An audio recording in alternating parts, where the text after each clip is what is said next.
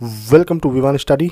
आज है 7 अगस्त 2020 और 7 अगस्त 2020 तक जितने भी most important top 10 current affair बनते हैं उन पर हम डिस्कशंस करेंगे और इनसे रिलेटेड जो भी फैक्ट और क्वेश्चंस होंगे उन पर भी हम चर्चा करेंगे।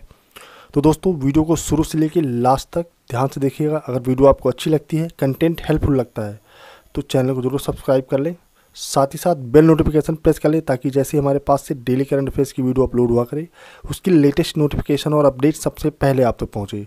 और अगर आपने हमारे चैनल को पहले से ही सब्सक्राइब कर लिया है तो चैनल को ज़्यादा से ज़्यादा अपने फ्रेंड्स, अपने दोस्तों को शेयर करें। और आज की करंट अफेयर की PDF फाइल आप हमारे डिस्क्रिप्शन बॉक्स से जाकर डाउनलोड कर सकते हैं, वहाँ पे लिंक प्रोवाइड की गई है। और दोस्तों, PDF फाइल जो है हमारे टेलीग्राम ग्रुप से भी जाकर डाउनलोड कर सकते हैं। वहाँ पे आपको लिखना होगा विवान स्टडी और हमारा टेलीग्राम ग्रुप आ जाएगा और वहाँ पे आप जुलाई महीने की और इस अगस्त महीने की जो भी PDFs हैं उनको आप डाउनलोड कर सकते हैं। तो चलिए बढ़ते हैं आज की करंट अफेयर पर। गाइस, करंट अफेयर स्टार्ट करने से पहले एक रिक्वेस्ट है कि आपके लिए बहुत ये सारा कंटेंट बड़ी मेहनत से तैयार होता है, तो वीडियो अगर अच्छा लगता है तो वीडियो को पूरा देखा करें। दूसरी बात, और वीडियो देखने के बाद इन्फॉर्मेशन चेक करने के बाद जो है वीडियो को लाइक ज़रूर कर दिया करें, ठीक है गाइस। चलिए बढ़ते हैं। तो आज की करंट अफेयर का सबसे पहला क्वेश्चन है, इलेक्ट्रॉनिक वैक्सीन इंटेलिजेंस नेटवर्क यानी EVIN, electronic vaccine intelligence network 5 अगस्त 2020 तक कितने राज्यों या केंद्र शासित प्रदेशों में पहुंचाया जाएगा? तो कितने में पहुंचाया जाएगा ये आपको बताना है। बहुत ही इंपॉर्टेंट क्वेश्चन है आज के करंट अफेयर का। तो दोस्तों, ये जो इलेक्ट्रॉनिक वैक्सीन इंटेलिजेंस नेटवर्क जो है ये 5 अगस्त 2020 तक कितने राज्यों या केंद्र शासित यानी यूनियन टेरिटरी में पहुंचाया जाएगा? तो ये पहुंचाया जाएगा 32, ठीक है, 32 जो है राज्यों में पहुंचाया जाएगा। तो करेक्ट आंसर हो जाएगा ऑप्शन बी। अगर इसकी बात करें तो इलेक्ट्रॉनिक वैक्सीन इंटेलिजेंस नेटवर्क जिसे कहते हैं EVIN, ये क्या है? जो कुशल वैक्सीन लॉजिस्टिक प्रबंधन के लिए उपयोग किया जाता है इसका, और 32 राज्यों और केंद्र शासित प्रदेशों में पहुंचाया जाएगा इसको। और जल्द ही अंडमान और निकोबार के शेष सिक्किम और केंद्र शासित प्रदेशों यानी जो यूनियन टेरिटरीज़ हैं इसमें रोल आउट हो जाएगा ये। और चंडीगढ़ और एक लद्दाख वर्तमान में जो है 22 राज्यों और 5 केंद्र प्रदेशों में 585 जिलों में 23,507 कोल्ड चेन जो है पॉइंट नियमित रूप से EVIN तकनीक का उपयोग करते हैं, वर्तमान में कर रहे हैं लोग।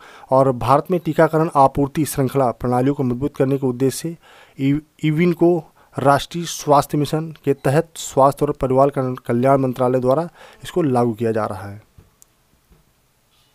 तो गाइस, यहाँ आप इमेज के माध्यम से भी समझ सकते हैं कि मतलब ये जो EVIN है, इलेक्ट्रॉनिक वैक्सीन इंटेलिजेंस नेटवर्क, क्या कर रही है? स्ट्रेंथनिंग कर रही है। स्ट्रेंथनिंग मतलब बढ़ रही है।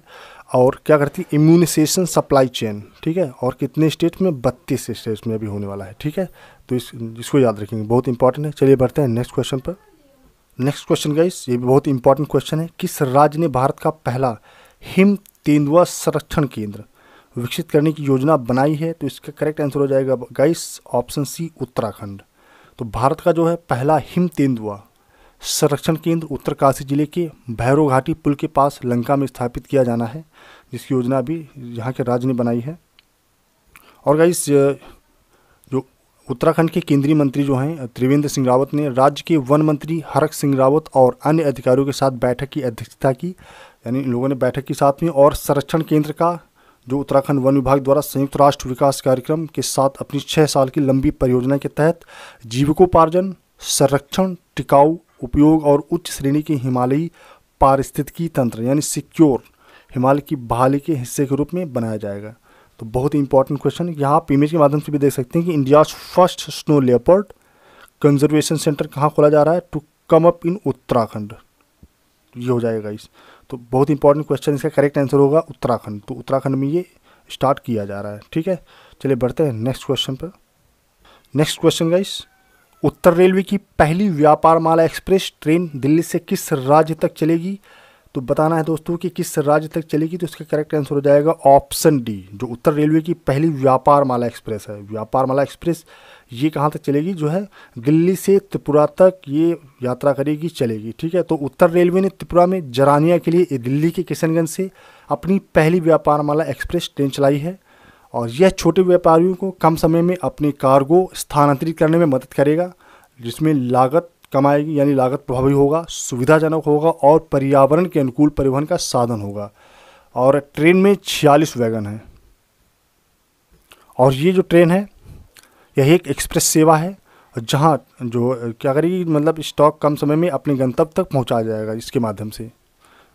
तो ये एक्सप्रेस सेवा जो है, इसमें 46 वैगन लगे हुए हैं और यह एक जो है एक एक्सप्रेस सेवा होगी, जहाँ जिससे क्या होगा कि सामान को आसानी से पहुंचाया जाएगा कम लागत में, यानी लागत प्रभावी होगा और सुविधाजनक होगा और पर्यावरण के अनुकूल होगा ये, ठीक है, ताकि इसके माध्यम से ज़्यादा प्रदूषण भी ना फैले और जो पर्यावरण भी शुद्ध रहे।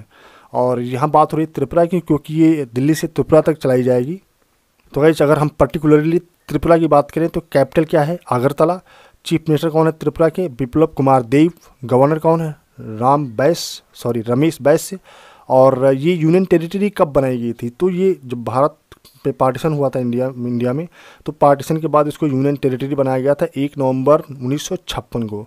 और बाद में इसको क्या बनाया गया, स्टेट बनाया गया कब, 21 जनवरी 1972 को। गाइस ये बहुत इंपॉर्टेंट चीज़ है, ये दोनों की पॉइंट्स हैं, इनको याद रखेंगे क्योंकि एग्ज़ाम में ये चीज़ें पूछी जाती हैं कि ये यूनियन टेरिटरी स्टेट कब बना और ये स्टेट जो है कब, यूनियन टेरिटरी कब था और कब स्टेट इसको जो है प्रिपेयर किया गया या इसको फॉर्मेशन किया गया, ठीक है। तो बहुत इंपॉर्टेंट। चलिए बढ़ते हैं नेक्स्ट क्वेश्चन पर। तो आज यहाँ पे थोड़ा त्रिपुरा के बारे में बात कर लेते हैं। तो ये है त्रिपुरा। अब मैं देख सकते हैं क्योंकि त्रिपुरा की बात हो रही थी, क्योंकि दिल्ली से ट्रेन त्रिपुरा तक चलेगी, जिसको बोलते हैं वो पहली व्यापार माला एक्सप्रेस, ठीक है। तो इसको याद रखेंगे। और मैंने अभी बताया कि इसको यूनियन टेरिटरी कब बनाया गया था, 1 नवंबर 1956 को। और बाद में इसको स्टेट कब बनाया गया, 21 जनवरी 1972 को, ठीक है। चलिए बढ़ते हैं नेक्स्ट क्वेश्चन पर। नेक्स्ट क्वेश्चन गाइस, लद्दाख के क्वेश्चन आप देख सकते हैं कि लद्दाख के केंद्र शासित प्रदेश में किन शहरों को स्मार्ट सिटी के रूप में विकसित किया जाएगा। तो लद्दाख जो राज्य है उसमें 2 शहर हैं जिनको क्या किया जाएगा, स्मार्ट सिटी के रूप में विकसित किया जाएगा। तो कौन से वो शहर हैं, तो इसका हो जाएगा करेक्ट आंसर लेह और कारगिल, ठीक है। तो लेह और कारगिल क्या लद्दाख के नवगठित केंद्र शासित प्रदेश में स्मार्ट शहरों के रूप में इसको विकसित करेगा वहाँ का राज्य। और लद्दाख में बुनियादी ढांचे में सुधार और नौकरी के अवसर पैदा करने के लिए यह एक गृह मंत्रालय के प्रस्ताव पर काम करते हुए आवास और शहरी मामलों के मंत्रालय ने दोनों शहरों के लिए विस्तृत परियोजना रिपोर्ट तैयार करने में केंद्र शासित प्रदेश का मार्गदर्शन करने के लिए स्मार्ट सिटीज़ के निदेशक राहुल कपूर के तहत 5 सदस्यीय टीम का गठन किया गया है, ताकि इसकी देख रेख कर सकें और इसके तहत जो है क्रियान्वयन किया जा सके और इसको स्मार्ट सिटी बनाने में हेल्प मिल सके, ठीक है। तो बहुत इंपॉर्टेंट ये चीज़ है कि लद्दाख के वो कौन से 2 शहर हैं जिनको स्मार्ट सिटी बनाया जाएगा, तो वो हो जाएंगे लेह और कारगिल, ठीक है। तो बहुत इंपॉर्टेंट। चलिए बढ़ते हैं नेक्स्ट क्वेश्चन पर। नेक्स्ट क्वेश्चन गाइस, किस देश ने 150वीं जयंती को चिन्हित करने के लिए महात्मा गांधी के सम्मान में सिक्का जारी करने की योजना बनाई है। तो कौन सा ऐसा देश है जो महात्मा गांधी की जो 150वीं जयंती मनाई जाने वाली है उसके सम्मान में जो है उस कंट्री ने सिक्का जारी करने की योजना बनाई है। तो इसका दोस्तों सही उत्तर हो जाएगा, करेक्ट ऑप्शन हो जाएगा यूनाइटेड किंगडम। तो यूनाइटेड किंगडम ने ये योजना बनाई है।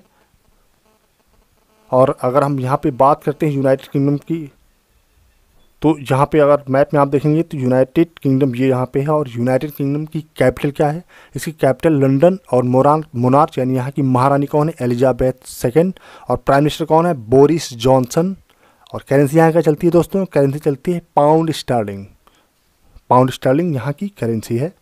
और यूनाइटेड किंगडम के अगर पार्लियामेंट यानी संसद की बात करें दोस्तों, तो यहाँ की संसद में जो या इसको बोलते हैं लेजिस्लेचर, तो लेजिस्लेचर में अपर हाउस यानी उच्च सदन को क्या बोला जाता है, उच्च सदन को यहाँ पे बोला जाता है हाउस ऑफ लॉर्ड। और लोअर हाउस यानी निम्न सदन को क्या बोला जाता है, हाउस ऑफ कॉमन्स। तो वेरी वेरी इंपॉर्टेंट क्वेश्चन, इसको कीप इन माइंड यानी नोट करके रखेंगे कि 150वीं जयंती के उपलक्ष्य में महात्मा गांधी को चिन्हित करने के लिए कौन सा देश सिक्का जारी करेगा, तो United Kingdom, correct option B हो जाएगा। चलिए बढ़ते हैं नेक्स्ट क्वेश्चन पर। गाइस क्वेश्चन नंबर 6, स्वदेश दर्शन योजना के तहत केंद्रीय मंत्री प्रहलाद सिंह पटेल ने थेंजावल गोल्फ रिजॉर्ट का उद्घाटन किया है। यह किस राज्य का पहला गोल्फ कोर्स है या गोल्फ रिजॉर्ट है। तो बताना है दोस्तों कि मतलब स्वदेश दर्शन की योजना के तहत जो योजना केंद्र सरकार चला रही है, स्वदेश दर्शन, ये जो स्वदेश दर्शन, इस योजना के तहत केंद्रीय मंत्री जो प्रहलाद सिंह ने, वहाँ के जो केंद्रीय मंत्री हैं उस स्टेट के, उन्होंने क्या किया, थेंजावल गोल्फ रिजॉर्ट का उद्घाटन किया है। और यह किस राज्य में है, तो करेक्ट आंसर हो जाएगा ऑप्शन डी मिजोरम। तो ये जो है केंद्रीय मंत्री जो है प्रहलाद सिंह पटेल ने थेंजावल गोल्फ रिजॉर्ट का उद्घाटन कहाँ किया है, ये किया है मिजोरम में, और ये राज्य का पहला गोल्फ कोर्स है। ठीक है, ये बहुत इंपॉर्टेंट, इतना ध्यान रखेंगे। और जैसे कि मैंने अभी बताया कि इसे जो है केंद्र सरकार द्वारा चलाई जा रही योजना स्वदेश दर्शन की योजना के तहत कार्यान्वित किया जाएगा। और मिजोरम के पहले गोल्फ कोर्स यानी थेंजावल गोल्फ रिजॉर्ट का उद्घाटन जो है यहाँ पे हो गया है। और इस परियोजना को स्वदेश दर्शन परियोजना की एकीकृत इको टूरिज्म के नए विकास के तहत स्वीकृत किया गया है। और इसका निर्माण नई दिल्ली के एडुफाइस इन्फो सर्विसेज प्राइवेट लिमिटेड द्वारा किया गया है। अगर क्वेश्चन आ जाता है एग्जाम में कि इसका जो है जो रिजॉर्ट है थेंजावल गोल्फ रिजॉर्ट, इसका निर्माण किसने किया है, तो याद रखेंगे कि एडुफाइस इन्फो सर्विसेज प्राइवेट लिमिटेड द्वारा किया गया है। ठीक है गाइस, तो गाइस यहाँ पे बात हो रही है मिजोरम की। तो मिजोरम की अगर बात करते हो तो इसकी कैपिटल अज़ावल, और गवर्नर कौन है, PS श्रीधरन पिल्लई, और चीफ मिनिस्टर कौन है, जोराथांगा। अगर आप नोट बनाना चाहते हो आप यहाँ से नोट भी कर सकते हैं। दूसरी चीज़ जो ऑप्शन में देख लेते हैं कि मणिपुर दिया हुआ है, तो मणिपुर की जो कैपिटल इम्फाल है, और मणिपुर की जो है इसका प्रारूप कब रखा गया था, क्योंकि इसको फॉर्मेशन किया गया था इसका, तो 21 जनवरी 1972 को। और चीफ मिनिस्टर कौन है, N बीरेन सिंह, और गवर्नर कौन है, नाइमा हेपतुल्ला। याद रखेंगे मणिपुर की गवर्नर कौन है, नाइमा हेपतुल्ला। और ऑप्शन बी इसकी बात करते हैं तो अरुणाचल प्रदेश, इसकी कैपिटल क्या है, ईटानगर। और ये यूनियन टेरिटरी कब बनाया गया था, 21 जनवरी 1972 को। और चीफ मिनिस्टर कौन है, पेमा खांडू, और गवर्नर BD मिश्रा। और यहाँ पे बात करते हैं त्रिपुरा की। त्रिपुरा की capital Agartala, chief minister Biplab Kumar Deb, chief minister, और जो है यहाँ के बिप्लब कुमार देव हैं। ठीक है, तो ये इंपॉर्टेंट क्वेश्चन था, ये इंपॉर्टेंट जो है इंपॉर्टेंट क्वेश्चन बहुत ही है, तो इसको आप ध्यान में रखेंगे। चलिए बढ़ते हैं नेक्स्ट क्वेश्चन पर। नेक्स्ट क्वेश्चन गाइस, हाल ही में किस राज्य या केंद्र शासित प्रदेश सरकार ने इंडियन स्कूल ऑफ बिजनेस यानी ISB, जो इंडियन स्कूल ऑफ बिजनेस है, इसके साथ क्या किया है, साथ जो है समझौता ज्ञापन पर हस्ताक्षर किए हैं। क्वेश्चन यहाँ तक देख लीजिएगा दोस्तों, थोड़ा इसमें मिस फॉर्मेटिंग हो गया है। तो समझौता ज्ञापन पर हस्ताक्षर किए हैं, तो कौन सा ऐसा राज्य है बताना है कि राज्य या केंद्र शासित प्रदेश है जिसने ISB के साथ समझौता ज्ञापन पर हस्ताक्षर किए हैं। तो करेक्ट आंसर हो जाएगा ऑप्शन बी, आंध्र प्रदेश। ठीक है गाइस, तो इसकी बात करें तो आंध्र प्रदेश सरकार ने क्या किया है, राज्य में जो विभिन्न आर्थिक विभागों के साथ काम करने के लिए जो हैदराबाद स्थित इंडियन स्कूल ऑफ बिजनेस जो ISB है के साथ आर्थिक विकास बोर्ड के माध्यम से समझौता ज्ञापन पर हस्ताक्षर किए। और इसके अनुसार साक्ष्य आधारित नीतिगत निर्णयों को चलाने के लिए गो ऐप ISB पॉलिसी लैब नामक एक प्रयोगशाला स्थापित की जाएगी। ये बहुत इंपॉर्टेंट क्वेश्चन है कि गो ऐप ISB पॉलिसी लैब नामक एक प्रयोगशाला की स्थापना की जाएगी। तो ये कहाँ हो जाएगा, ये किया जाएगा आंध्र प्रदेश में, इसकी स्थापना की जाएगी। ठीक है, और यहाँ बात हो रही है आंध्र प्रदेश की, क्योंकि ये जो ISB के साथ जो समझौता हुआ है वो किस राज्य ने किया है, आंध्र प्रदेश ने किया है। ये है मैप में आंध्र प्रदेश, और आंध्र प्रदेश की जो है कैपिटल क्या है, सॉरी इसका जो फॉर्मेशन कब हुआ था यानी इसका प्रारूप कब रखा गया था, 1 नवंबर 1956।